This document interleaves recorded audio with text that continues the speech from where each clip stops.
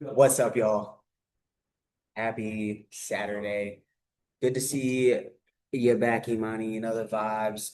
Uh, Imani, real quick, a little informal, formal. This is my boy Patrick. This is my girl Imani. Me and Imani go way back. We've been business partners now for almost 2 years. It's actually wild. It's been like 2 years. You and Patrick? No, me and you. We've known each other for some time, girl. I was like Patrick and I we went to college together, so he's a fellow Longhorn alum. He's also doing some of the trading stuff with us, so we'll be plugging into some book clubs and Bible studies moving forward. We get Welcome to the welcome. space, Appreciate Patrick. it. Thank you. Thank you. Thank Yeah, you. yeah, yeah. Hey, bro. Yeah, Marcos was just trying to hoop like me. That's why he wanted to be friends with me. What can I put right here? Hold on. What do you say? I think Nothing. Continue. Uh, I was talking mess. I'm just kidding. No, no. I said you was trying to hoop like me. Oh yeah, yeah. No, no, no. I hoop like me, and we know how that goes. But playing with me, Patrick is my eyewitness. Because a lot of people don't know I be out here, and I was hitting ice in my veins. You know what I'm saying? To the dome. Nah, genuinely, no cap. But I'm excited, man. Me and Patrick, we've actually been intentional in making some commitments to grow and develop people within that realm of trading and investing. And as you know, Imani, like we've talked about, trading is 98% psychological and mental. So as I told you, we'll be growing this space again. Bro, Pat, for when we first started the book club, we used to have at least like 20, 30 people on. It's actually surreal. But as people started doing their own thing and we made some transformative decisions within the platform, a lot of people who were coming stopped. And unfortunately, that's just how personal development is. Most people are not willing to do the work that the billionaires do. At the end of the day, this is like one thing that I've learned and why I keep book club as a priority in my life. Even and me and Imani, we've had like very genuine conversations about this. Even if it was just myself, I'm reading the books and I'm staying intentional with that because not every seven-figure earner reads, but every eight-figure earner does. And I know that we are attempting to do something that's very significant in terms of impact and influence in large amounts of arenas. Imani's been big in real estate, bro, and she's been doing her thing.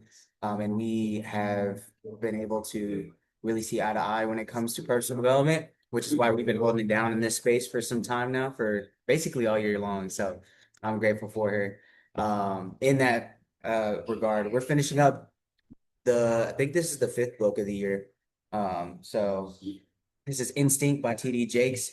Oh, it is chapters 19 through the rest of the book. I think it's through 21. Chapter 19 is Instincts Adapt.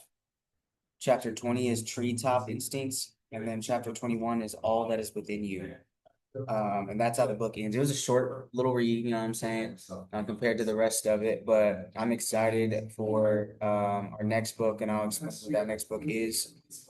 I fixed the Zoom link, Imani, so I just gotta fix the rest of the book club events to reflect the new book and the chapters.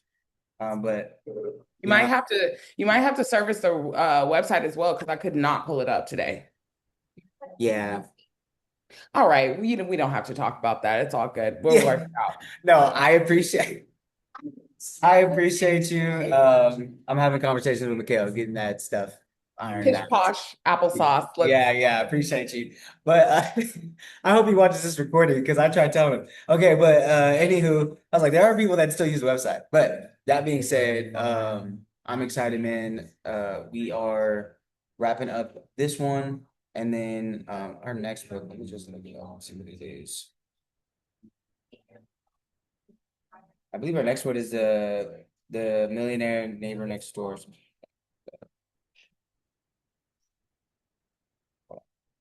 Yeah, our next book is Millionaire Next Door by Thomas Stanley. So that's gonna be fire. I'll make sure I throw the. I think I'm gonna. I'll text y'all the links. I'll text y'all the links so y'all got it. But yeah, I mean, I started off last week. I'd love to end it off. So Imani, if you want to take the floor, girl, let's Let's go. Happy Saturday, everybody. Those catching the recording, you know the vibe. You know it. You Another know. episode. It's such a beautiful day, even though I haven't been outside, but it's all good. It doesn't matter. It's still beautiful. Yeah, so this was such an experience with this book.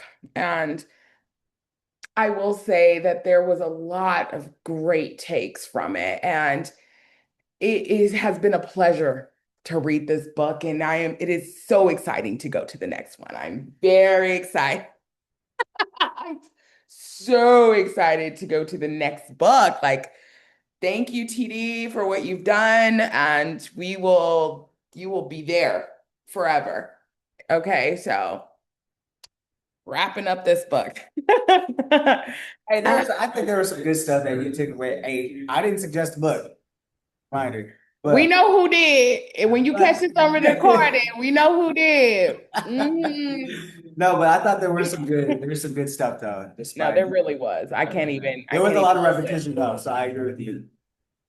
even this last chapter 20 was killing me because I'm like, I swear to God, we just did this in the first few chapters. But again, I've gotten some good takes from this book. And of course, on brand to book club in the ways of life, what you attract. Damn it, I never can get this right. Energy goes where attention flows. What you attract, you receive. I don't know. Whatever. Y'all get the vibe. No, Um, that was good. okay, cool. Energy flows where attention goes. Okay, that's one of the many. You attract who you are. That's what you receive. Yeah, You yeah, attract what you want. yeah. So, because chapter 20, damn, chapter 20, like directly correlated with lessons that I learned this week. And I was like, oh, that's crazy because typically I will read the book in the morning, fresh on my brain, and I'll be good, right? And so when I was reading it, I was like, oh, this is so crazy because I was actually living this throughout the week. But we'll get there. I'm going to start with chapter 19 in order. So, in this chapter, he was talking about past practices and how past practices do not always give you the, oh, how do I say, the diversity that you need to adapt to certain environments. So I absolutely appreciate him talking about this because he says you need to be sensitive to the environment because the environment can adapt. It can change and you have to be able to adapt to that. He says that while he was like talking about predators and climate changes in prehistoric times with the dinosaurs and stuff, and how these intricate changes can change like since it will change the environment and the environment obviously feeds us. It gives us strength, it gives us water, it gives us comfort. And if we don't adapt to these changes, then the dynamics of the food chain will change. I mean, you can be this top predator and die off because you weren't willing to change your habits to fit your new environment. It's very difficult to do that sometimes, especially if you're used to doing things in a certain manner. And I can understand that because I'm guilty. I'm guilty of it. And I'm actually like the type of person who can adapt and change like at the drop of a dime. But there's certain things that I've learned over the course of time that this chapter had my eyes awakened. I even had a conversation with a friend last night talking about, oh God, I don't know how else to be except candid, but reaching out to a person who I had went out with just to be like, hey, how are you? Even though for me it's weird because I'm like, no, I want that person to reach out to me. But my friend, he was like, listen, he's a guy, I trust him. So I'm like, I'm gonna trust you on what you're saying, and I'm going to give it a shot and reach out to this person. And sure enough, the person reached out to me. Now, in my head, I'm like, this I call BS, but Like I call BS because what are we doing? Like I want somebody who wants me like more. No, no, no, no, no, no. That came out. That last part came out wrong. Patrick, you just meant me. I'm sorry. No, but like, okay, so this is the whole gist of it. It's like, even though it's a situation that is well outside of my comfort zone, I have built a comfort zone based off of past situations. Uh-huh, you see where I'm going with this? And his whole thing is these past situations are learning lessons, but they are not the end all be all. I've learned over time being in book club many, many years of when we stick to the past and it is like a constraint. It binds us. It's a bind. You cannot be binded to the past. The past is only there for reflection and learning lessons to teach us how to go forward in this life. And sometimes those habits can ultimately become toxic if you are not using them or if you're overly attached to them. Because attachment, we've learned over the years, is not what you use to move forward. Can't be attached to many things, you know? It's very interesting that he actually, I mean, not really interesting that he used dinosaurs or anything. TD, Jakes, your damn animals throughout this book. That's my overall book takeaway. How many animal comparisons must we do, TD Jakes? Oh, he barely talked about animals the entire, I mean, the elephants, the entire book. I think he talked about elephants once. This man went from the freaking African plains to damn prehistoric times. Now we talking about giraffes. Are we back in Africa? Anyways, so I just had to get that out because, anyways, okay. So, moving beyond past practices, I very much appreciated that as the environment adapts, he mentions, I don't even know if it was in this chapter or the next chapter, but he mentions seeing everything around you and assessing it for what it is. I 100% agree with that because as you go through these changes, you can only see what's in front of you. The past is so far behind you, there's nowhere you can go from there. You've already passed it. That's why it's called the past.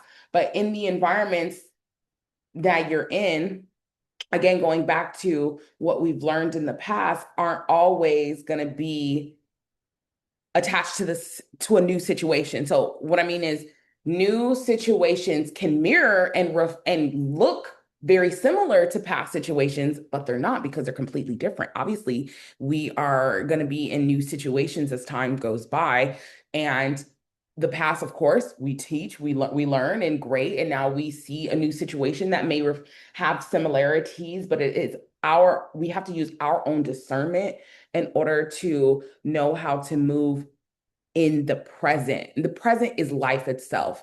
And if you're always living too far in the future, you're going to be anxious. If you're always living too far in the past, I don't know the word for it, but it is not good. So you have to be living in the moment as time goes. So when a situation arises, pay attention to what's happening and learn how to be flexible. Obviously, that doesn't mean, you know, belittling yourself or keeping yourself small. It really means, or doing something that you don't want to do, which is really important to understand as well. It's more about how can you utilize this situation? How can you create rather than destroy in a moment? That's how I'm taking this chapter. And then he says, if you're too predictable in your own life, I'm paraphrasing, you may be paving the way to your own extinction. Damn. Damn.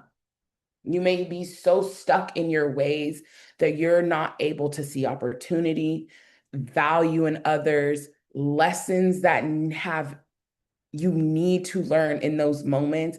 The past month for me has been quite chaotic. And shout out to my astrology people. Mercury in retrograde has been hard on me, right? For my astrology folks.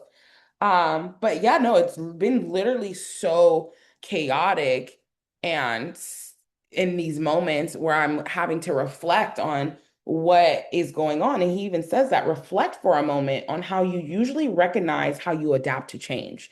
So in these moments, I'm seeing chaos, situations I may not like, friends treating me in a way that I feel is very disrespectful, even though I know they have love for me, but their actions are not aligned with the love that they're saying they're giving or the love that I'm feeling for. And it's very unusual. So in these moments, I have to assess and choose from this specific moment in time and not necessarily be so addicted to how I've done things or so comfortable with how I've done things in the past. It's just not how life is. Life is so full of change and it's beautiful. I think change is one of the most uh gratifying, satisfying, gratification. It's a very good feeling to be able to have a situation that you can overcome or enjoy just off of allowing yourself to be more open to the present. And I think that is very important for everybody to understand just because we are humans. And like he says in the book, it's not just your environment is comprised of there's so many sections. There is weather. Weather can it can freaking dictate how we receive water. Our water is how our food is grown. Our food nourishes us and feeds us and keeps us alive. If those things change and we don't figure out ways to oh my God, there's this, what is that word? Anyways, what is that word? Make up for it. I'm gonna have to use that right now. If we don't find ways to make up for it, then we die. Okay, because we won't have water or food, so then we'll die. And then what are we doing? Just being dead? Okay, great. Nothing to do now. We're dead. So, okay, then let me see. He asked this question. He said, "Can you satisfy?" Or maybe he didn't ask it, but he said it like, can you satisfy traditional needs with contemporary ways? What? We all have our characteristics about us, and we all have ways that we want to be treated and um standards and the other thing. And it feels really good to know what those are and be happy and accepting of yourself with them. That being said, are there new ways that we can satisfy these traditional needs without being immobile? Adjustments may or may not be needed. I don't know what I was saying with that. He said, look around and explore what's around you. Like, look with a new perspective. It's very important because that's how you see the opportunity. If you're not open mentally, and I'm not saying you have to be open emotionally because that can be, jarring on the soul. However, it's really amazing when you take a step back from normal thinking and explore other things because you never know. Like opportunities will pop up at the drop of a dime. And if you don't know how to walk through that door is going to close in your face and you're going to be on the other side feeling real stupid. And I've done that so many times where I'm just like, oh, I should have walked through, but I was either too scared or I just wanted to be stubborn and stuck in my ways. And that doesn't help anything. You got to be flexible in this life. So then he talks about in chapter 20, um, it's all about who you're around. We've learned this on many, many occasions in book club. The environment that you're in. Now we're talking about the people who are around you, the the information you take in, which can be music, books, art, and you can either it can be very positive or it can be very negative. Now, I don't it doesn't matter to me. Positive, negative is all life. Every situation you have to learn from. Every situation will teach you. And even though those negative situations are hard to get through sometimes, they're usually the best lessons because you learn much harder when it slaps you in the face. Either, oh my God, like it could like actually slap you in the face. You feel me? Like physically violent and hurt you. And it'll teach you a stronger lesson than, it being handed to you in a way. But either way it goes, it's about the people that you're around and the energy and the information that you're taking in is extremely important in these, like you said, Marcus, like you can be a six-figure earner, seven-figure earner and not read a book, but the eight-figure earners are reading. They're out here feeding their soul, feeding their minds, being around people who are either at the same level or above, nothing below. And it sucks because of course, there are going to be people that you love who've been in your life for so long. I actually had a conversation with my friend about this last night and a conversation similar to chapter 19 last night as well. So it's really funny, all the things that I learned throughout this week, how it came to these two conversations for chapter 19 and 20. And I'm telling my friend, she's in sales now. Love you, girl. I told her straight up, you're thinking too small. It's time to think big. The people that you're around, like, we have a mutual friend that's her best friend that is not doing very well. And unfortunately, it is so bad that it's affecting my friend. And she's already starting to distance herself. And I had to tell her, there are people who you can help because you have a soul of wanting to help people. And there's always a moment with certain people that either they're going to get so much better, and because of your help, they're going to change their lives, or they're going to continue to do exactly what they've been doing and drag you down. It is not the way to go. I'd much rather be surrounded by people who are reading books on Saturday morning when they can be off doing whatever. Like, there's probably people drunk as hell right now. There's probably people who already gotten high, which is no judgment, because more than likely I will smoke later today. More than likely after this call. But so there's no judgment. It's more about discernment and learning is who is in your corner and who may be in your corner that might not be able to get you to where you need to go. It's sad, but it's a something that you just have to accept.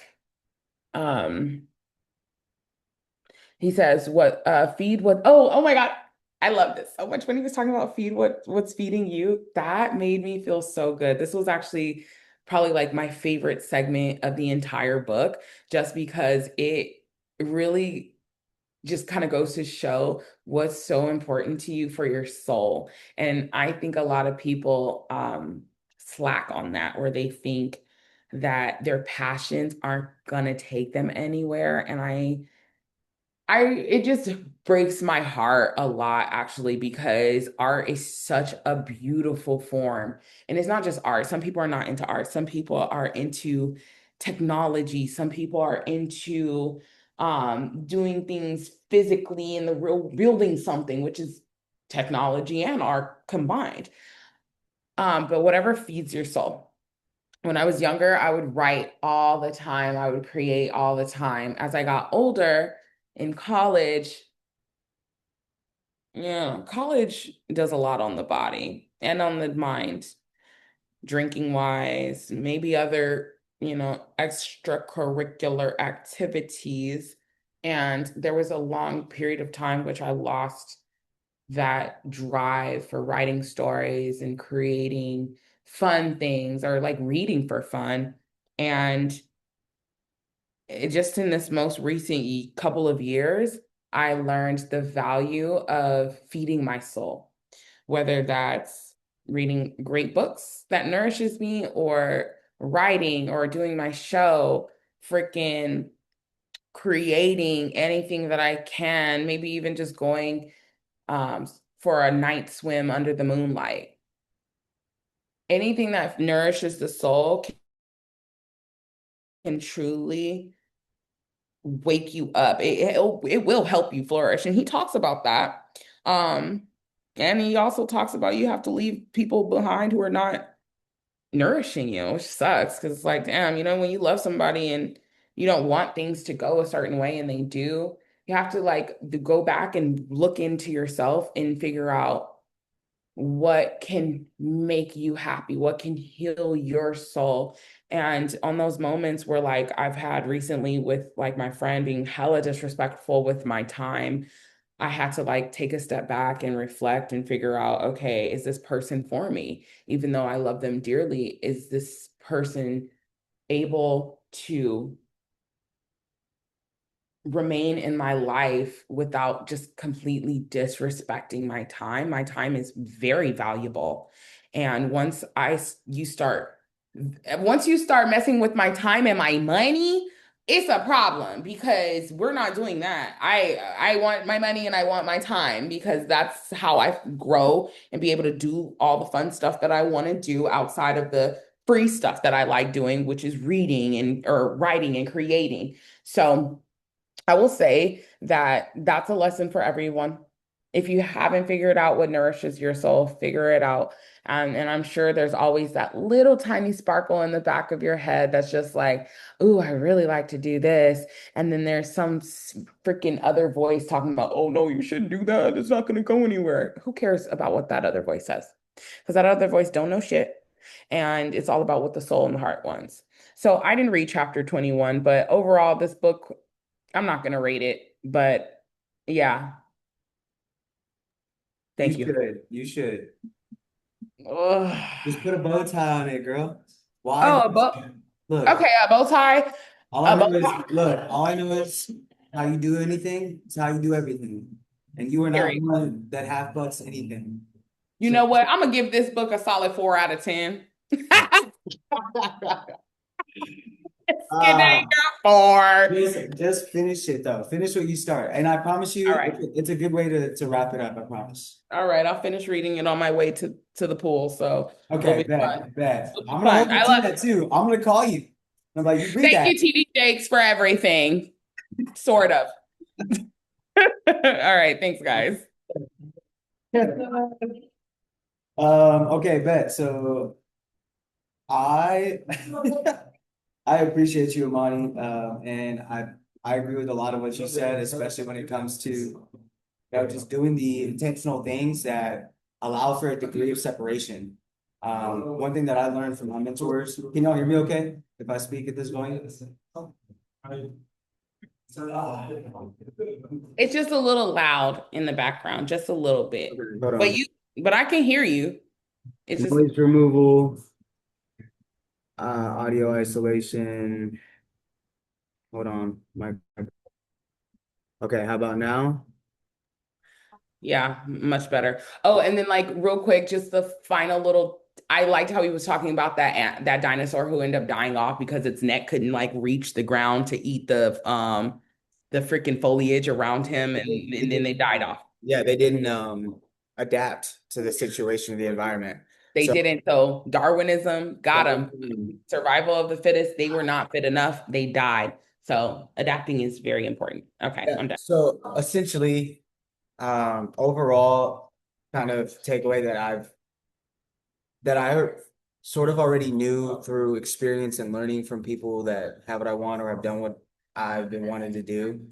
There's more confirmational is God has put everything that we need within us.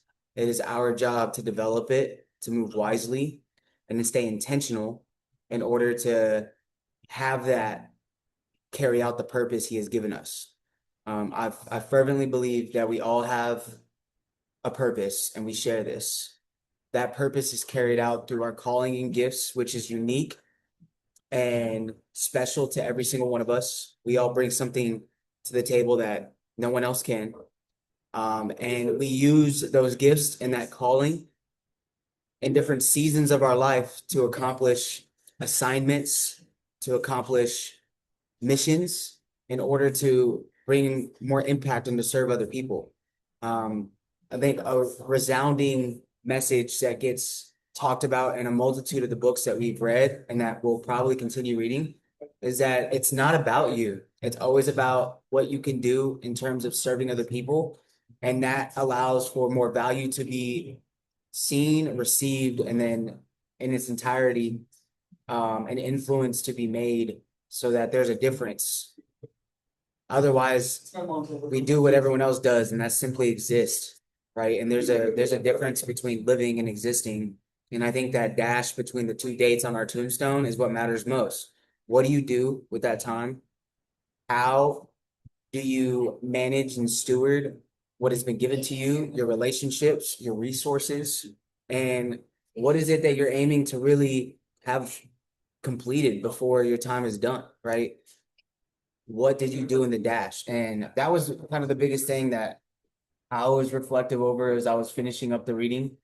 Um, it gets strengthened, our God-given ability to have instincts and to have direction as an inner compass. It gets strengthened through our faith. It gets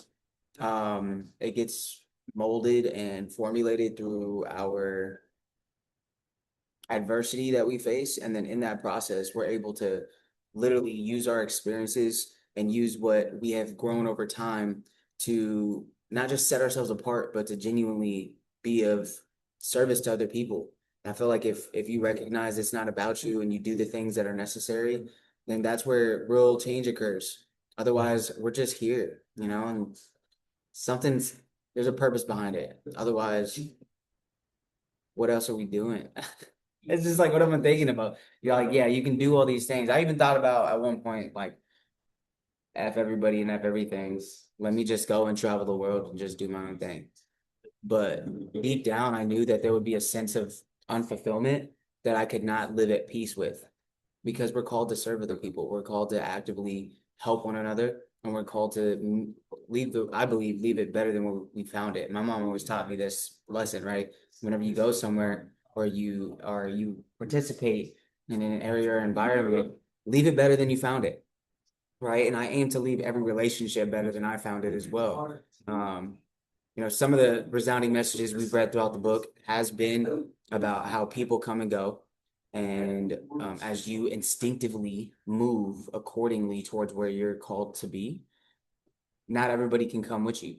And I've seen that very, very apparent in my life. A lot of people ask for my accountability and take it as judgment or frustration because I hold a mirror in their face. A lot of people have wanted me to be intentional and to grow a relationship with them. And I take that exactly what that means. And a lot of people are no longer by my side going after the same vision and mission we all said we wanted to go and achieve. That was never a dollar amount in our pockets. That was never amount of experiences that we could have. It was a lifestyle and a vision that we co-create for our families and our future children's children to be able to grow up on. And it's not my responsibility to make that a priority in your life.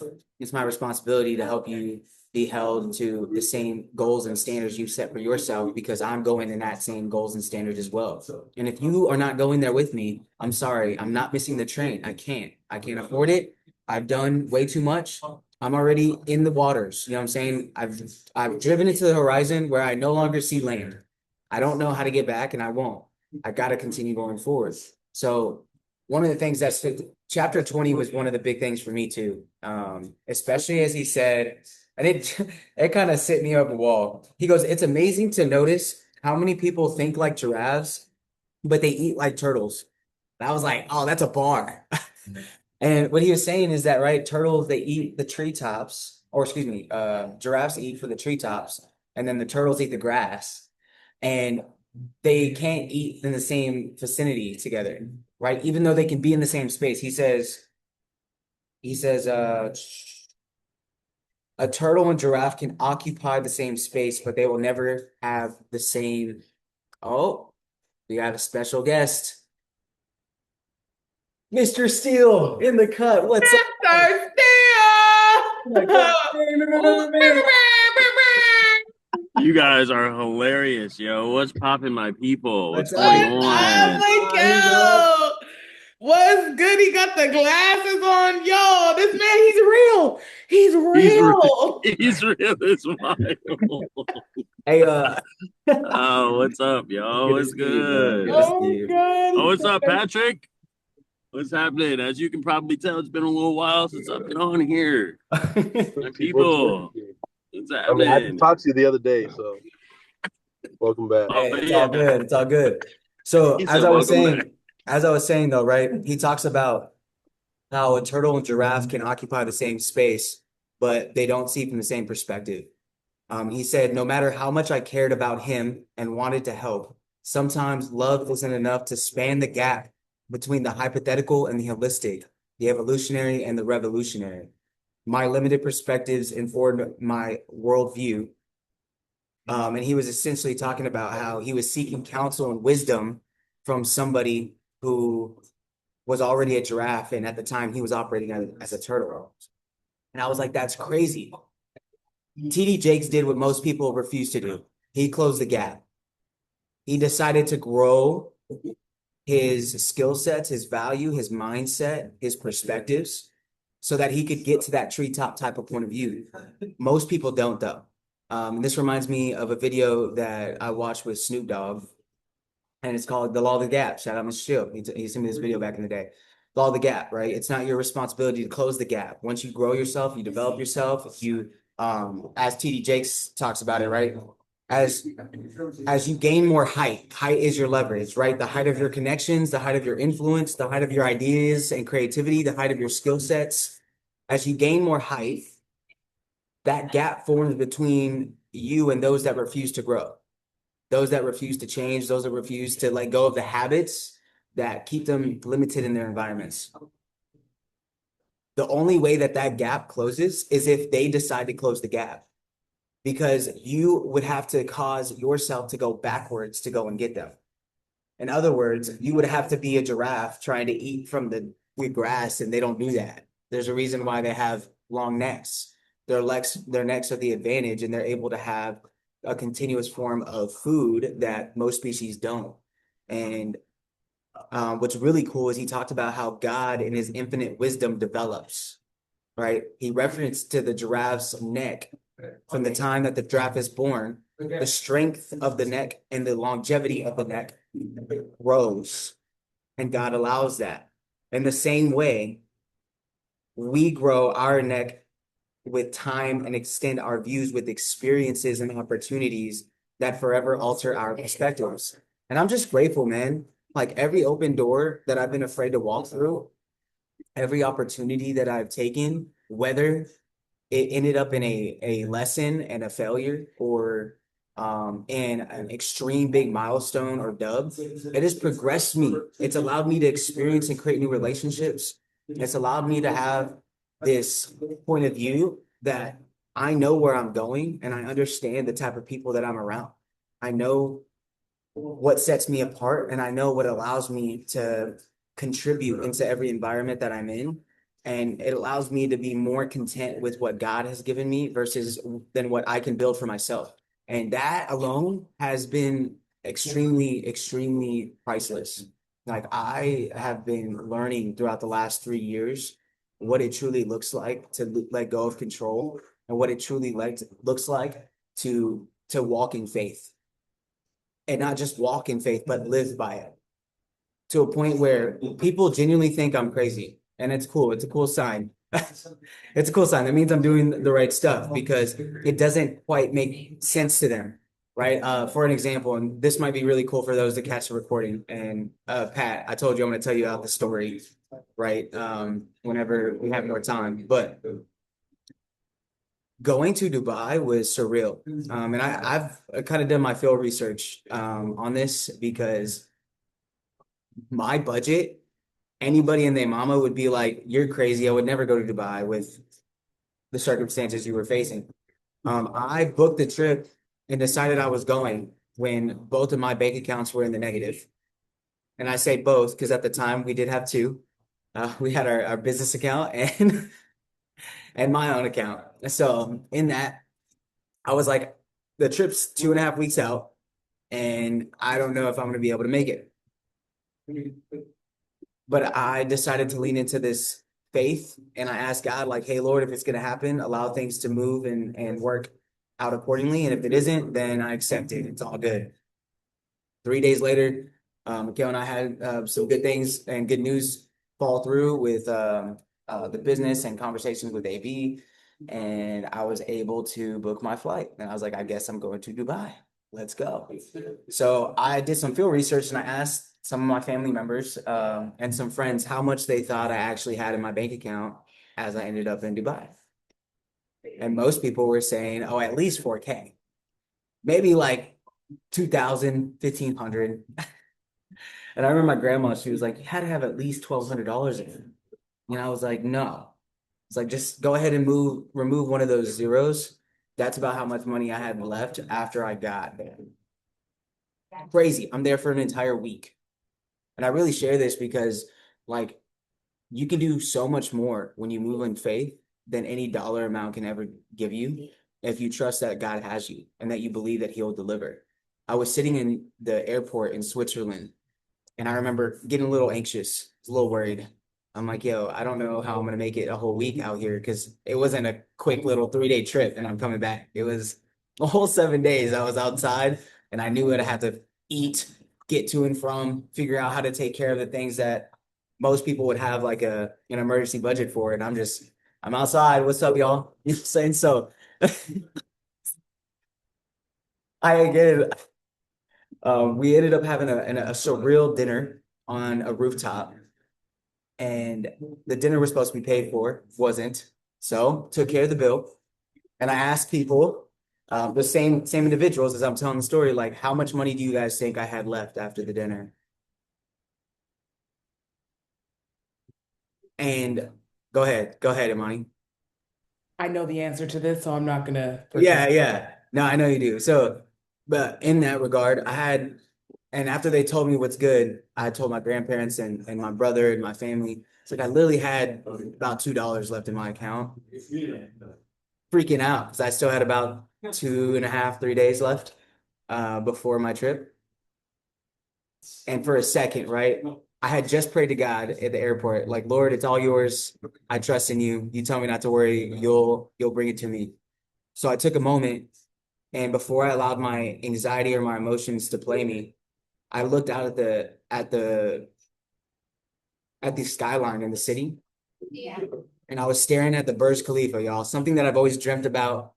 Like to this day, it's kind of still surreal in my brain. How I was like just looking at the world's largest tower, completely mind blown. And I remember shedding a tear, not because I was worried, not because I was frustrated, but like it was like pure gratitude. And I thanked God. And then, bro, I kid you not even a minute goes by, I get an email, largest check I've ever had in the industry. To the point where like I literally start bawling, excited and grateful because I'm like, Lord, you're crazy. And I heard him whisper, boy, I told you I got you. And the rest of the trip was just amazing. It was cool. I had plenty of bread if anything went sideways, plenty of ways to have food in my system. I remember Wale, if you ever catch a recording, I doubt you do, but I love you, man. And it's cool on the side. But Wale had came up to me and he was like, bro, like, don't worry, I got you. He was thinking I was freaking out. I'm like, bro, these are not tears of sadness or frustration or worry. I'm grateful. God is good. So the reason what I'm saying is like, bro, I've literally seen how God instinctively gives you the compass to do specific things and to go to specific places. He will expand your neck with experiences and opportunities that forever alter your perspective. And now, as I move and groove and life does its thing, and I'm faced with insurmountable pressures or circumstances that seem like I don't know how, there's no way that I don't think about what happened on that rooftop. Like that has always altered my point of view to the point where, like, if he told you he'd do it and he told you to do so, he's going to provide. Do you actually believe this is Pat? This is literally what I was saying when I was saying, like, bro, do you actually believe that he'll take care of you? And if you do, you ain't got nothing to worry about. You just got to execute. And if you execute, he'll be right there alongside you, even in your mess, bro. I've seen him genuinely blessed me even when I was completely off the line. But I had my faith and my belief in him, and it's always worked. And that has allowed those doors to open where I no longer am who I once were.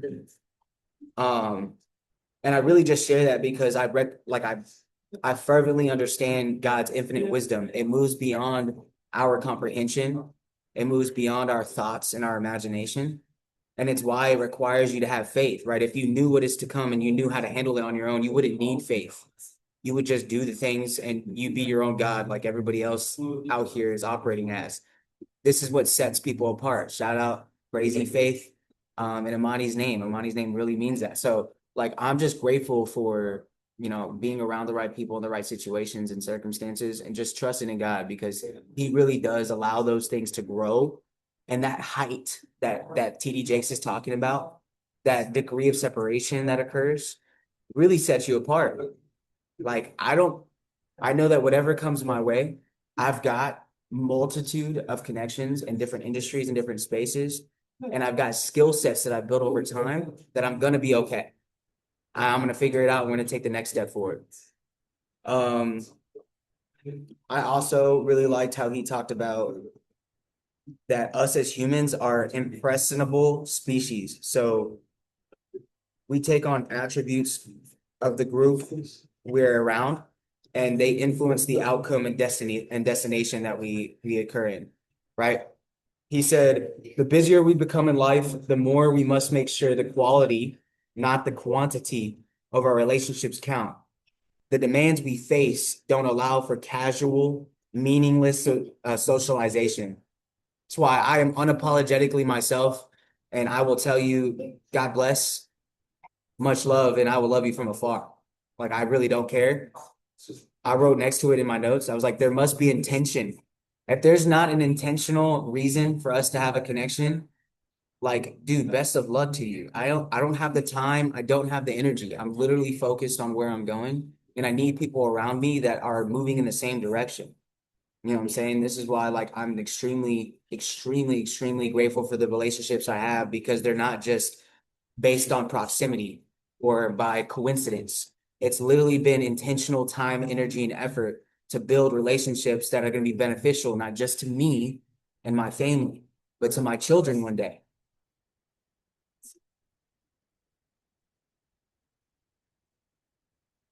I get really emotional about this because like it's literally not a game. And I think that things should be that serious. Like, cool, have fun, enjoy yourself, enjoy the environments, enjoy the ups and downs of life, enjoy the human experience. But if it's not serious to you, it should be. And I'm not talking to y'all, I'm just talking about like everybody in general. Like it needs to be genuine and it needs to be in the forefront of your mind. Otherwise, you don't really care. Right. And I genuinely think that a big, big aspect of that comes down to pride and ego. If you make it all about you, then you're not going to make it about your kids. You're not going to make it about your wife. You're not going to make it about the people that are looking up to you or counting on you. Your word is not going to be worth anything because at the end of the day, you're trying to compromise to see what's best for you rather than what's best for the collective. And God never operated that way. The collective for sure, bro. And it's real life though, right? Like God never made it that way. He never once said, I came so that y'all could serve me. Instead, he said, I did not come to be served. I came to serve and lay my life down for many. Like the whole essence of what it calls us to do is to be less of ourselves and more like him. And that requires you to let go of these desires and these outcomes or this credit and recognition that we all crave as human beings. Like we have to be intentional and rise above. And I think that's why I like this chapter a lot, the treetop instincts. The way I see it, you've got to rise above your own self as well. You got to go above those thoughts and paradigms and get into the aspects of getting your heads and your hearts aligned, which is what he talked about. He said, obviously, the head, along with the rest of the body, manifest the effects of the heart shutting down. It is from the heart that the head and body have life. And this is true. In fact, scientifically, you know what I'm saying? Your boy was in the medical space. I had to know this thing. And I feel like once I get back in the medical space, I'm gonna go in cardio. Because the heart is the only organ that can live outside of the body for a short period of time. It has its own electrical signal, which means that as it pumps, it's feeding the muscles of its own organ with the oxygen needed. The only reason why it won't survive out the body is because there's not enough oxygen. But that's why, like, when you see depictions of hearts outside of bodies, they beat, and it's because it actually has its own electrical nodes that send impulses to make sure that the heart continuously provides oxygen to the rest of your organism. So the fact I saw that, Frankenstein. huh? I saw Frankenstein. Oh, okay. They showed it for real. Yeah, no, that's real. Hey, Frankenstein, shout out to him, man. But no, I feel like if you understand that you have to think rationally and gain wisdom through experience, but your heart, I think this is why the Bible talks about the heart so much as well. Like there are things within you that when you dive closer into will come out, right? This is why biblically it says, like, from the abundance of the heart come the words out of your mouth. So if you speak life deep down, you believe in life, you believe in love, you believe in positivity. If you're speaking negativity and frustration or confusion, then deep down, like your heart is askew.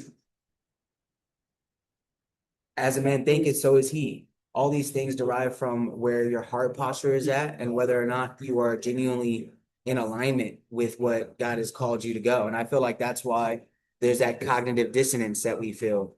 Because deep down, you know what you should be doing, or you know where he's calling you, and you're either deciding to listen or you're not. And that's whether or not you want to be your own God and create your own will or operate on one that has been given to you. So that's one of the biggest things for me.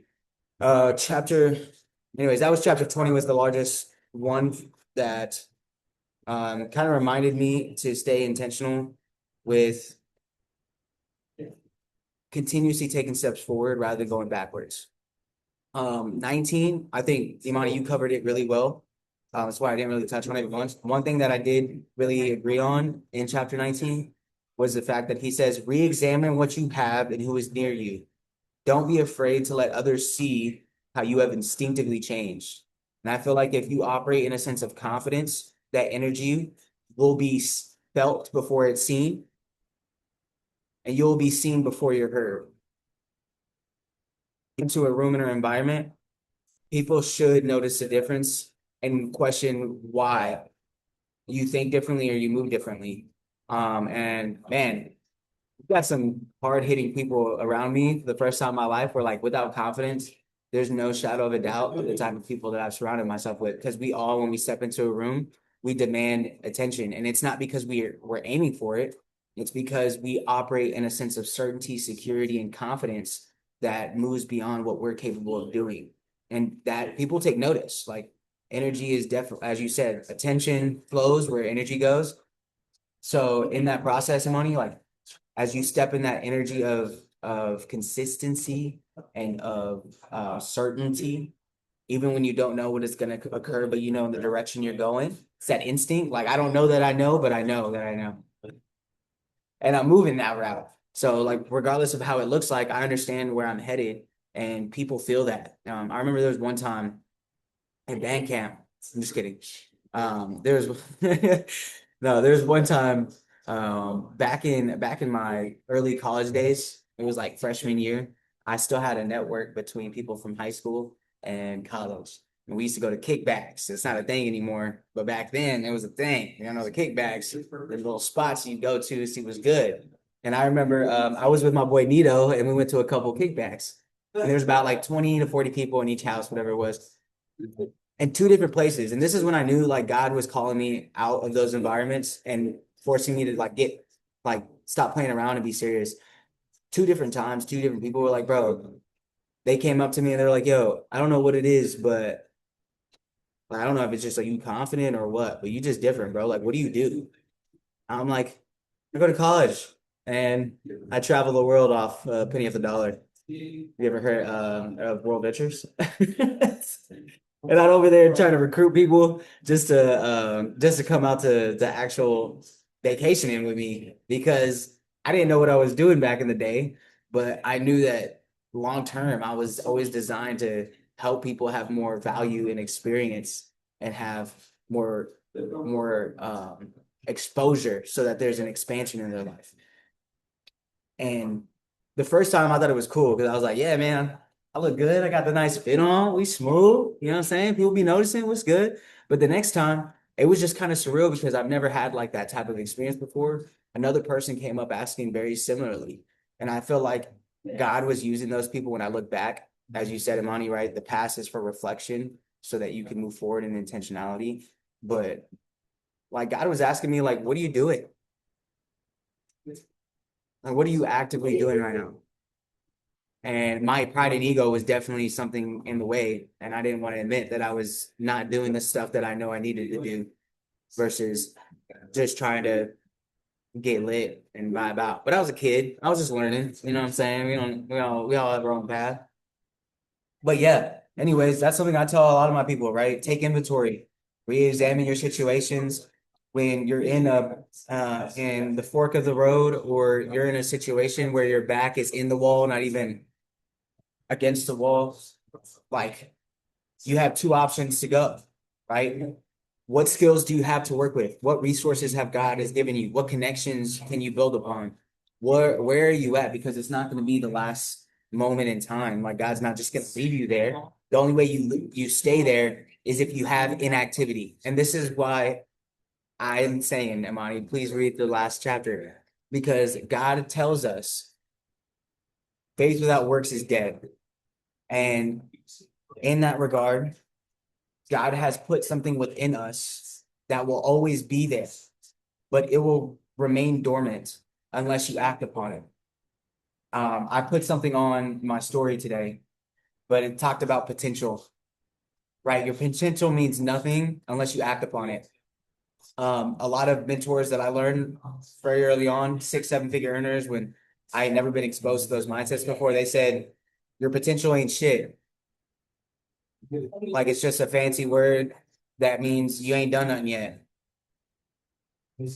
So, like, if you have potential, awesome. I feel like everybody has potential, but if you don't move accordingly and consistently, then that potential goes to waste. Um, okay, bet. My guy Pat, you read the book. Quit playing. GPN, get paid. That's real life. Was that Eric G? That was Eric. Let's go. Bro, hey, you said it to a T, bro. You brought me back to the moment right now. Huh? Right moment. I said you said it to a T. You brought me back to the Okay, moment. bro. I remember hearing that, and I then, was like, like, bro, literally. scientifically, potential energy only becomes active when it transforms into kinetic energy. And the difference is stored to movement. You've got to move. This is why we would mentor people, Mikhail, and tell them, like, motion creates motion. Get up and do something. Dance, sing a song, pump yourself up. For me, go run, work out, like, get your body actively moving. I think Pat, whenever I introduced you to AB, he said the same thing, right? In the morning, get your blood pumping, allow that flow to start growing so that you can actively be in motion, in purpose, on purpose. And I think that's where intentionality actually comes in. You have to genuinely know why you're doing things, and then create a game plan, prepare for the game plan, and execute it on consistent as possible. Otherwise, it's just whatever. It's just there. It's a thought. Ideas are awesome, but ideas are just ideas until they turn into actual things. I thought this was funny. The last chapter, Mikhail, you got to read the book. The last paragraph. Oh, I can't read. You can't see it.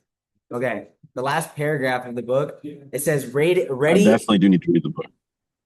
Says ready, aim, and pull, which is wild because Gene tells us, right, ready, pull, and aim.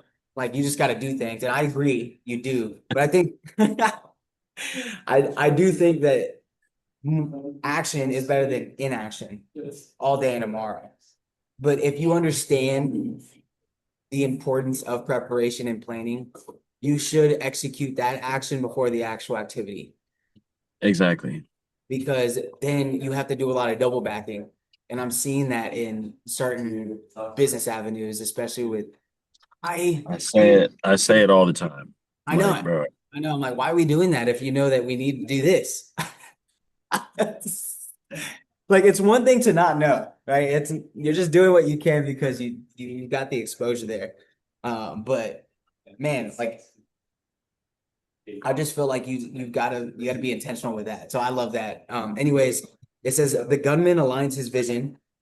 Listen, the gunman aligns his vision using his knowledge and then the physical reflexes of his arm and the trigger on his finger to fire his shot at an inanimate target. hey, take a picture of this and send this shit to Gene, Yeah. and then send him the title of the book.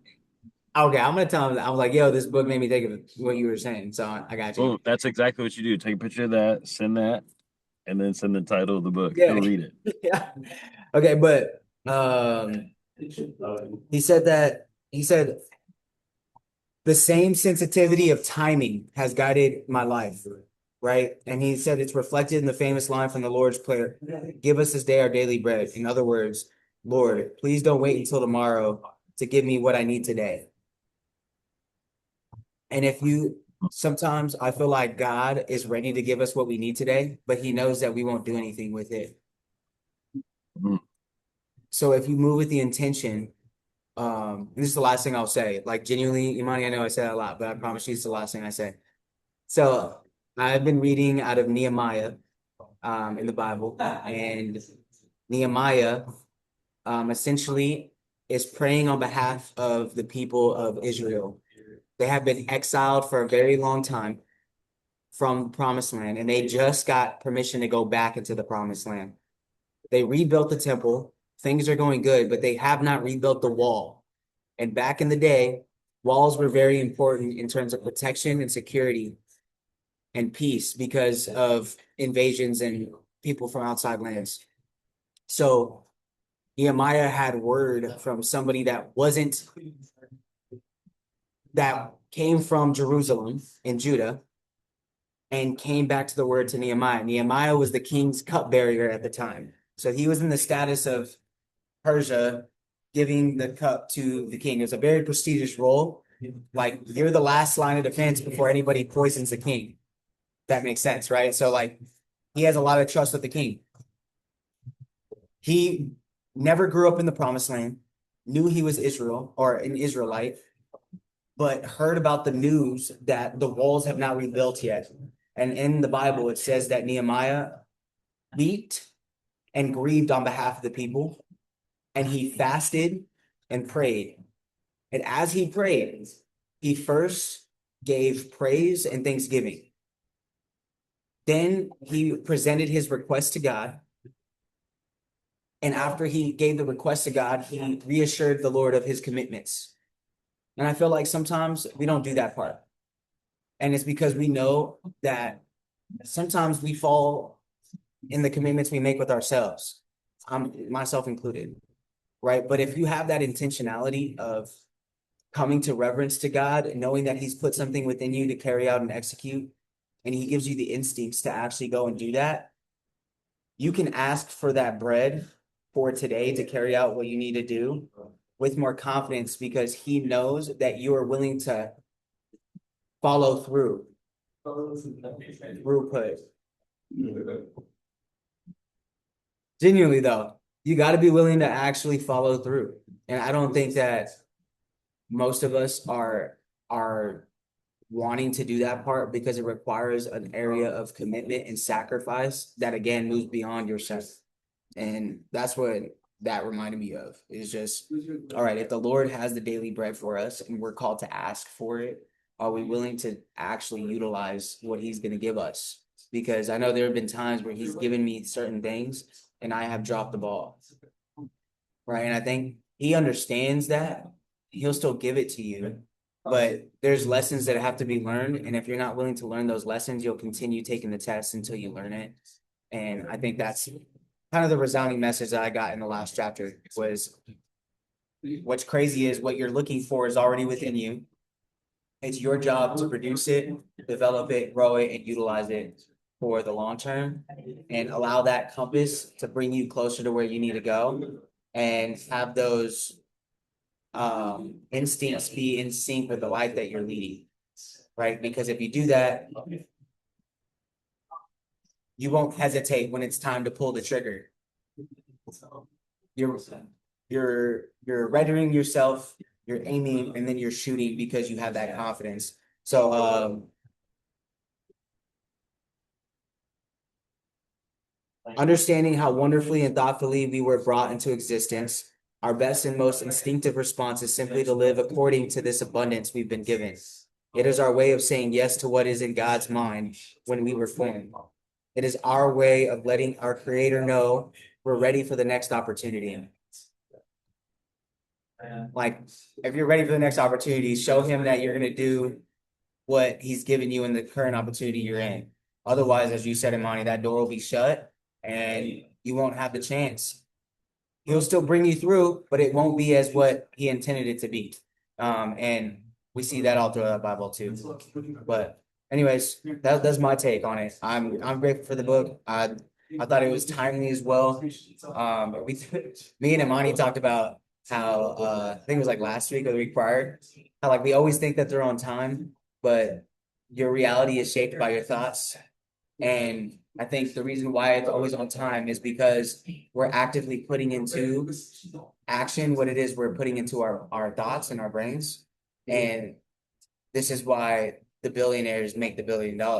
They're constantly putting their minds on books and then applying them to be more efficient and effective in their life. Anyways, thanks for coming to my TED Talk. Fire. Appreciate you. Pat, go ahead, bro. I didn't know you read the book. Yeah, I read this probably towards the end of last year. Y'all hear me? Y'all hear me? Okay, cool. Yeah, I read this last and I completely agree with you. Like a lot of the high net worth individuals that I've been able to meet ever since like getting into network marketing, like getting into those rooms, right, with millionaires, billionaires, like they're also like they're reading books, like they're recommending books. Oh yeah, look, I'm reading this book, I'm doing this, doing that. And it kind of just shows that like if you want to operate at that high of a standard, like you have to always constantly be evolving, constantly be adapting, molding your mind in the form that like in the direction that you want to go, right? And I'm trying to remember these I know one of them was finish what you started, one of the chapters. Um, but like one thing that the chapters like really challenged me on this whenever I read it was like the difference between like potential and responsibility. You know what I mean? Everyone like talks about, finding their purpose, but purpose by itself like just doesn't that shit don't change anything. You know what I mean? What changes lives is like actually having the discipline to act on it every single day. You know what I mean? And a line of thinking that like I kept coming back to is, that leaders like don't wait for like the perfect conditions. You know what I mean? They create like momentum with the conditions that they already have. Right? Like you're not gonna wait for a perfect hand, perfect setup. Like you gotta create your own circumstances. You know what I mean? And like most people are like waiting until they have more confidence, more money, more support, more certainty, right? But confidence, to me, isn't what like produces action. Action is what produces confidence. The more you like do things, the more confident you are going to be in doing things. You know what I mean? Like for your first day, I'm doing it, being an EMT. You know what I mean? Or just going through like learning to be an EMT. Like you had to go through the motions on, all right, this is what I need to do, in this situation, that situation. And there was one quote that like stood out to me. I'm trying to remember what it was. I think it was like you don't discover your purpose by waiting. You discover it by, I think it's by walking. Yeah, and like that was like another takeaway for That's me. a bar. I'm gonna take that one. No. I'm gonna have to quote Pat right there. But I mean, it's really true. You know what I mean? Like you don't discover your purpose by just waiting around, sitting around, being stagnant. And it's kind of like goes back to like what Amani was saying was that like you got to be able to be willing to like walk through these doors, through these opportunities.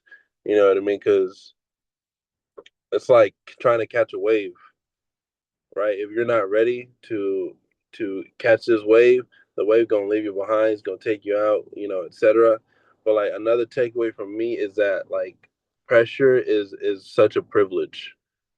You know what I mean? Like if you're carrying weight, making like difficult decisions, or people are depending on you, that's not always a burden. You know what I mean? It can be evidence, right, that you've been entrusted with something so like that's meaningful. You know what I mean? The question isn't like why is this so fucking hard? The question is who am I becoming because this is so hard? If that makes sense, right? Because like the truth is, like pressure reveals character. You know what I mean? Anybody can lead when everything's easy, conditions are good, right? But the real leadership is actually revealed when there's like uncertainty, with adversity, with responsibility, and like we were talking about this yesterday, medicals, with that guy when he was trading, right? He took like a bunch of bad trades, but I like told him like, bro, why are you being like that?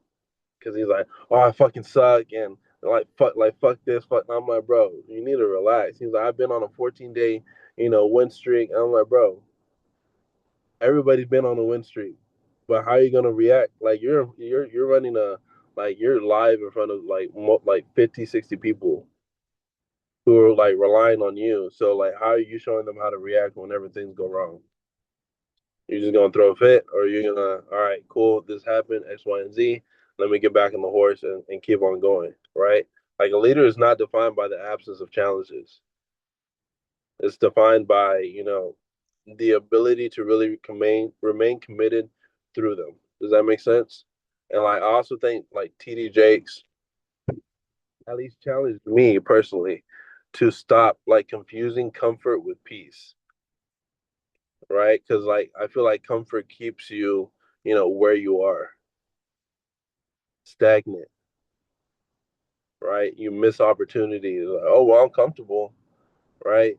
But I mean, peace comes from knowing, you're walking in your purpose, even when it's uncomfortable, right? Like growth rarely feels like convenient, because growth like requires you to become someone that you've never been before. Like it's gonna it, like it, that's just a fact.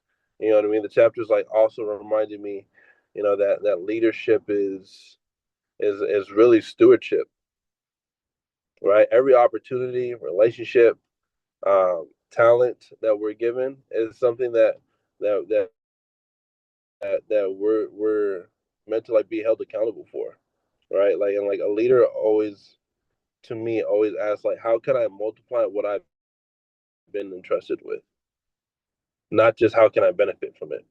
And that's one thing that I've been thinking about too, because it's like even like when it comes down like to money, right? It's not like, all right, what can I go spend this money on, right? Or what can I go do to like serve my fleshly, wants and needs, or not even needs, just like fleshly wants. But it's like you need to think like, all right, how can I multiply this bread that God has entrusted me with?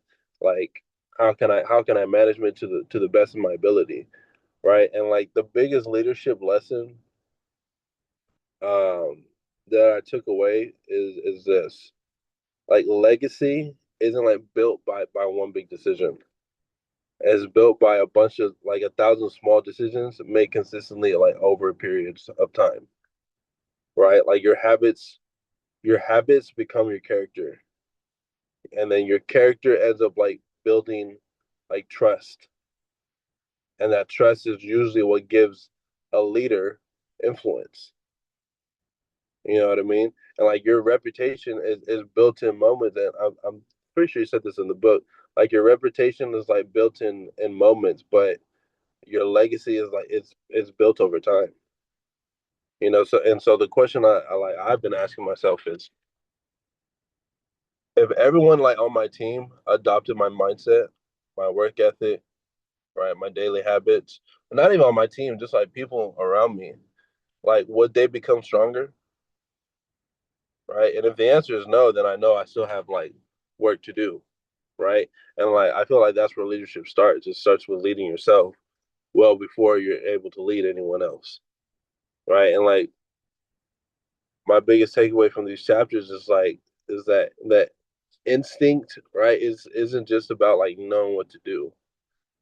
It's about having like the courage, discipline, and the faith to like do so consistently. And that's really what separates people who admire purpose from people who like actually fulfill it.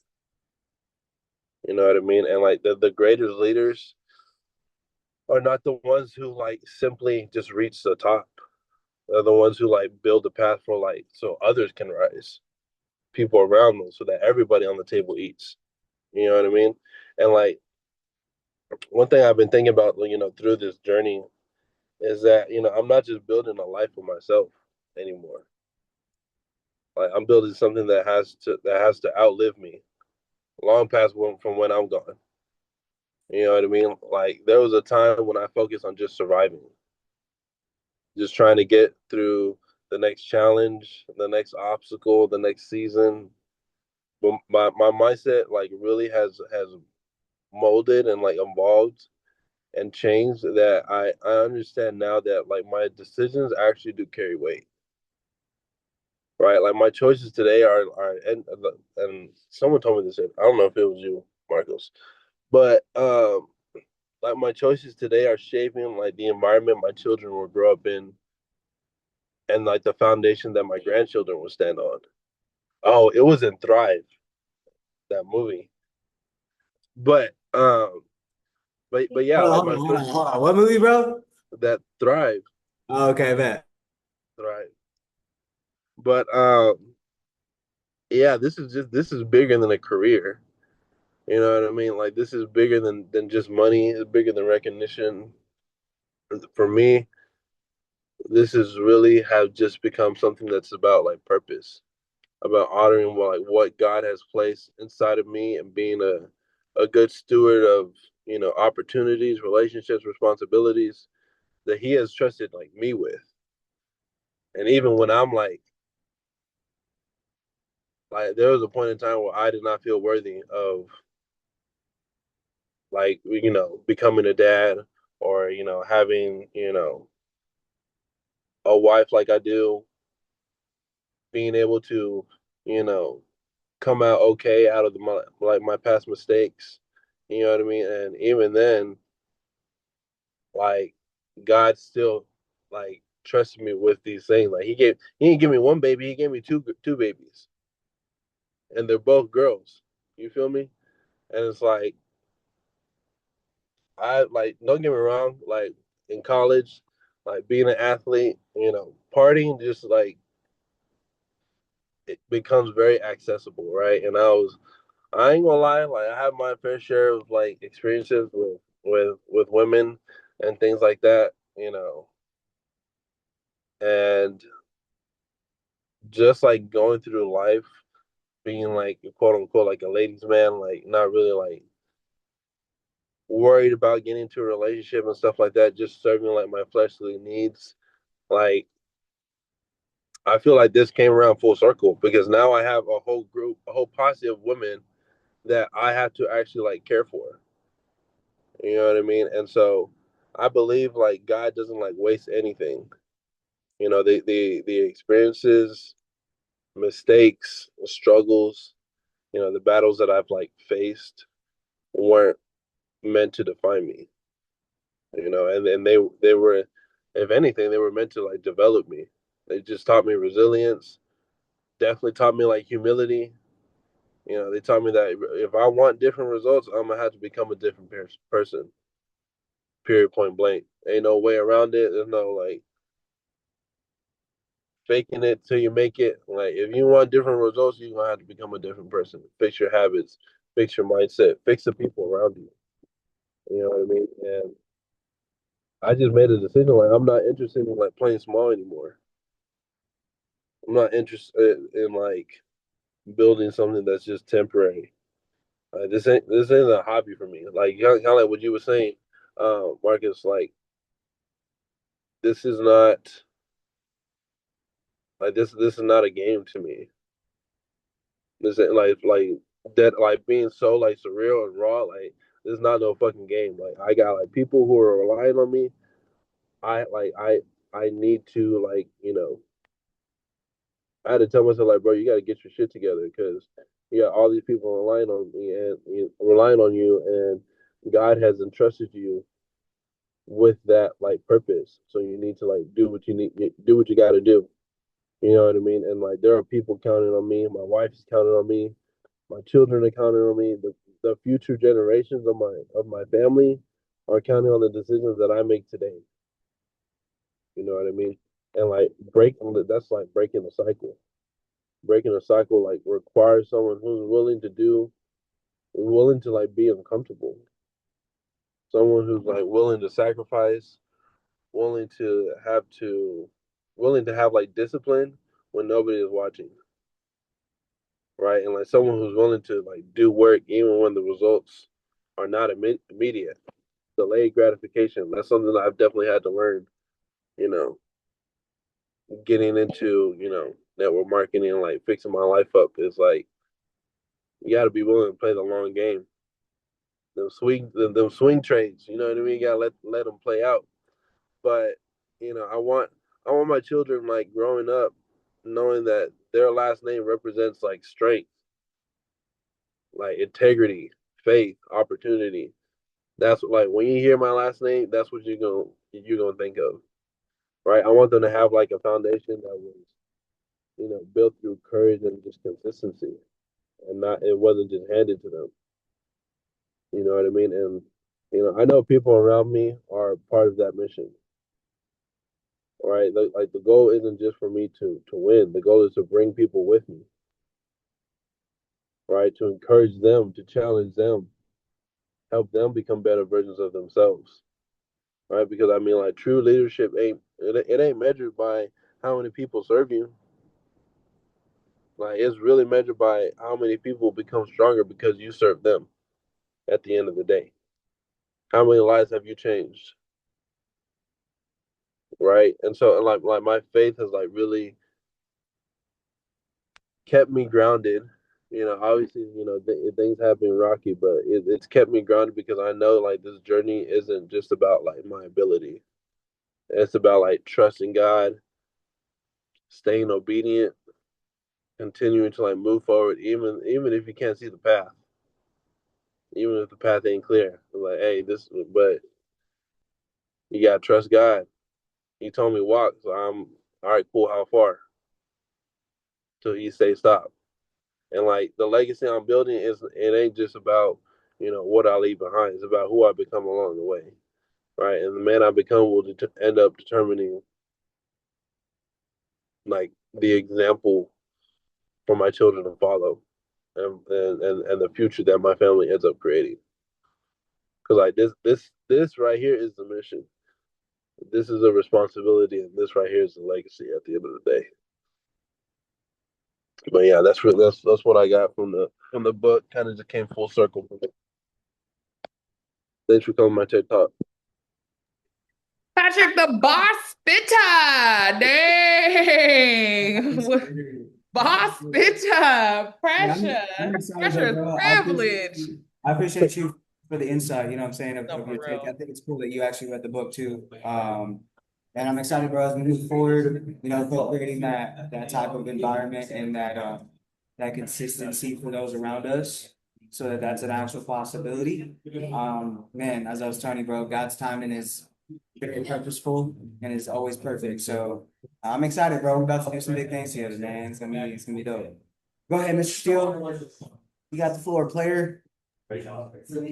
Back on the mic. Just like old times. Look at us. Look at them ending us. Hold Ending on. the Close session. it out. What is this?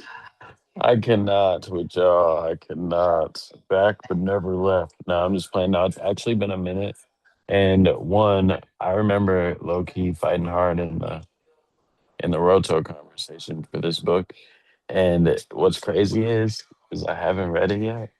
But hearing it, it's like who I am for real. Like I heard a lot of things today that I've really been on for a very long time. Like it literally has grown into an instinct. So it's cool. I'm really excited to go read it. I have not read it. I didn't want to like cheat myself and read like a AI generated summary to be ready for today.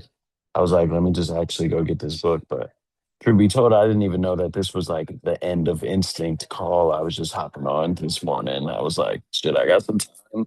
I don't have a call booked right now. I'm on my way to go visit my guy. His dog just died. But while we was talking about like purpose and and movement, like I was like, let me come over here and get my dog outside because I was stressed real quick. You know what I'm saying? Let's go do something real fast before I go dip off and go get my kids and go do everything else that I planned today. But yeah, it's going down. And I felt exactly what you said, bro. Like he's literally blessed you with life itself, and you get to raise little people. And that right there is a blessing, but it's also a whole responsibility. And it changes and shifts your entire vision. And you really understand it's like faith without works is absolutely dead, you know? And to everything Marcus said, Imani, I'm really mad that I missed your take. I'm gonna have to watch that. But everything that Marcus said, bro, he was on point. And I was there for a lot of them moments. And I understand. And I've felt a lot of those moments in my own life as well. You almost had me tearing up in the car because I was thinking about a moment I had in Bali where it was like, whoa, dude, we're here. Like, screw it, bro. It don't even matter. God got us and we gonna figure it out. I don't know how the hell this trip is about to work out. Because we ain't got flights to go to this other trip yet, but we about to figure out a way and book them. And all of a sudden, boop, boop, boop, boop, boop. Booked a flight to Thailand, booked a flight to Singapore. We was in Thailand kicking it. We was in Singapore kicking it. Trip was paid for. We booked a flight back to Bali. We were like, damn nigga, we made it. Crazy whole month long. Like we're going home. But in the process, we were terrified. And there came a moment where we were just like, screw it, dude, we're here. It was a dream come true. And it was that video that I always show where I was sitting on the beach. So I felt that it was like I was there with you where you were telling that story today. I literally felt and seen that. I seen the Burj Khalifa and everything, bro. It's crazy. So I appreciate your storytelling skills, but also it just makes me excited to read this book because I understand and feel and resonate with all of those moments in the way that my vision has shifted recently. I've literally been on action mentality. Like, let me just go get to it in the ways that I know that I need to get to it. Let me stop playing in the ways that I know I need to stop playing. And let me just all around become even more disciplined, period. And the fruits of this year have definitely shown themselves. But I just do this thing where I low key self sabotage and slide back into old patterns. So back on the ball. You know what I'm saying? I'm trying to get my life together, back in the game, back focused. It's good. It's been well needed. And yeah, we got this third kid coming. Like we're just in preparation mode. It's wild. So yeah, man, I appreciate y'all for this conversation. I appreciate y'all being here. Marcus, Imani, Patrick. I appreciate y'all consistency as well. It's crazy because in this last season, I've been locked in other ways and other avenues.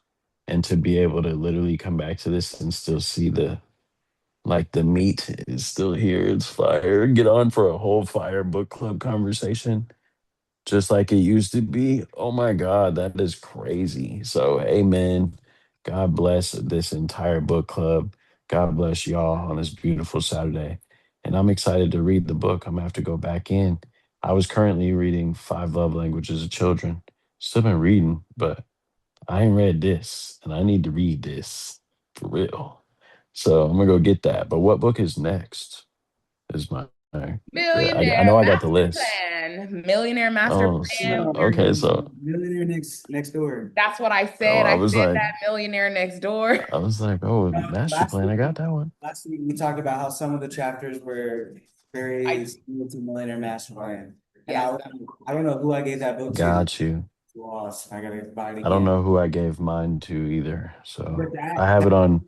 I have it on that's Google though. it's something I think we should definitely put in the road next year, just because bro, that changed the game for me in business. Not gonna lie to you. My whole come from one, it was confirmation on a lot of things, but two, like it really allowed for some clarity in the path that we were on and making the minor adjustments needed to literally be exactly where we're at today. So man, shout out that book to do that. But yeah, it's Millionaire Next Door and it's Amen. um by Thomas Stanley. Thomas J. I know Stanley. exactly. That Uh, one is definitely in the drive. yeah, Sure. the fire one. Yeah, Um, I'm Amber gave excited. me that book. Hey, I find that to be so funny. that I am Miss PC. Okay, but I am grateful in the name of the to Lord. have this book next week. Um, what do you call it? I know Imani attempted to hop on the call through the website today. It wasn't up. So we'll figure that situation out soon. But I will get with you, Imani, and I think the app still works though. So if you don't have the app downloaded, you should be. Oh, okay, cool. Yeah, I still have that. The app I just still, the I app just still. got a laptop, so Um, let me know if it doesn't. Maybe it's because I'm an The admin. app definitely still works. I used it this morning to get in here. We're admins, so yeah, it does. Um, I'm in here now. is it working, Imani? Yeah, it's good. Okay, yeah. So one, you'll be able to see the book club information. I'll put it in there. Pat, I'll send you info on that, just so you can get the book. I know you can get it at the store very, very cheaply. I think it's like 10, $15, but I usually order on Amazon. Get that day and like next day type of vibe. I'll put the chapters up. I've got to update the events there. But I'm excited for that one as we get into some millionaire avenues, which is actually surreal. I think this book's gonna be kind of different because right on time. right on Literally, I think it's gonna be right right on on literally, time, time. bro. Because dude, Pat, like we used to Um, financial books in preparation for like where we're all right now. And now yeah. that we're here right now, it's the execution of those things with the actual resources available. So I'm looking forward to it. It's Same. definitely Marcus, chapter what's your one. schedule look like today? You I gonna have open time? mission at one. I gotta pick up my dog Kobe, take my Just brother. text me when you have an open block and let's just put it in the calendar today. Be lit. Okay. I have a whole open day. Knock out the bank. Nice.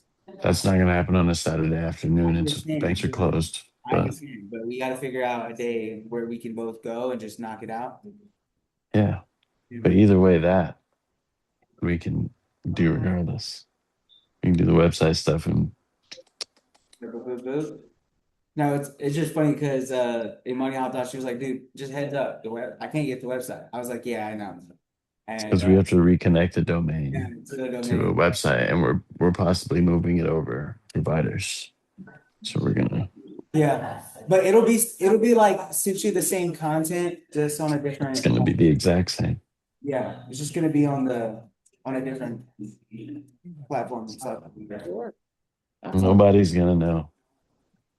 Everybody's gonna know. Nah, okay. Oh Um, my gosh, the game is today. What World game? Cup? Oh, the World Yes. Cup game. Messi para Messi. He about to go get it. It's actually crazy when you think about how many Especially games. versus that kid. There's no way they don't give it to Messi. It's the guy he's playing, he like Messi damn near raised the dude Huh? in soccer. Oh yeah, the 19-year-old. He's like It's like 19. Yamal Update. something. Yamal something. Yeah. He's like 19. He's cold. Yeah, yeah. Yeah. Marcus, text me when you have that time block. I'm about to vibe out with my mans. Patrick, I just sent you like info for that. Ultimately, let's talk about it though, because you live out of state, out of one of our centers. So it would be like a me and you thing rather than a Yeah. go through aim thing. But Yeah. we can plan out the sessions. It's no problem. But let's get it cracking. I love y'all. Dude, I missed this. Marcus, text when you have that block of time. Imani, I'm pretty sure I have to reply to you about something if I haven't. Or you have to reply to Yes, me because about I something. still It's need one a of the real two. estate agent In Houston, right? In Texas? No, in California. in Texas. In Texas. Yeah. Oh, I got you. Bet. I'll send it to you. The pressure. It's good though. It's good, right, Patrick? It's good. Pressure is so Peer good. pressure. You got this. I believe in you. Pressure's a I love privilege. y'all. All right, y'all. Amen. That's my saying for the rest of my life now. I quote it as hell. Like perfect. Happy Saturday. I'll see y'all next week. Much love, y'all. All right. Bye, y'all. Adios. Bye. Miguel, he's lying. Bye.